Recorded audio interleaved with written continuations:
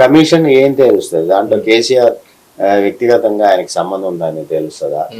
లేకపోతే దీంట్లో హరీష్ రావు రాజేంద్ర పాత్ర ఏమని తెలుస్తుంది? ఇవన్నీ కూడా అది ప్రజలకున్న డౌట్స్. ఈ నేపథ్యంలో కేసీఆర్ ఈరోజు హాజరయ్యారు, కమిషన్ ముందు హాజరవటం జరిగింది ఉదయాన్నే. అదేవిధంగా ఉదయం వారి వెంట అనేక మంది ముఖ్యులు ప్రముఖులు ఉండటం, వారి వెంట రావటం కమిషన్ దగ్గరికి, ఇవన్నీ కూడా జరిగినాయి. కాబట్టి మనం వేచి చూడాలి కమిషన్కి ఆయన ఏం సమాధానం చెప్తారు. సమాధానం చెప్పిన తర్వాత బయటకు వచ్చి మీడియాతో మాట్లాడేది ఉంటారు.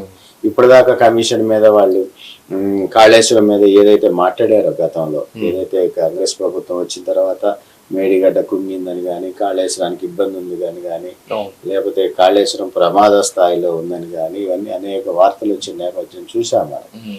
కాబట్టి అది ఏ విధంగా ఆయన ఏం సమాధానం చెప్పారు, వాళ్ళు ఏం అడిగారు, టెక్నికల్గా వీళ్ళు ఏ అంశాలని అప్పుడున్న ప్రభుత్వంలో వాళ్ళు ఏ విధంగా ముందుకు పోయారు, సాంకేతిక పరిజ్ఞానం ఎవరి ద్వారా తీసుకున్నారు. అంటే సాంకేతిక అంశాలు ప్రజాప్రతినిధులు లేకపోతే ముఖ్యమంత్రులు మంత్రులు అనేది నిర్ణయించేది కాదు. ఏదైనా డిజైనింగ్ కానీ టెక్నికల్ సంబంధించిన వ్యవస్థ కానీ వాళ్ళంతా కూడా జాతీయ అంతర్జాతీయ సంస్థల ద్వారా చేయించి ముందుకు తీసుకెళ్లే పరిస్థితి ఉంటది. కాబట్టి ఇది ఒక రాజకీయ పరమైన కోణంగా మారింది.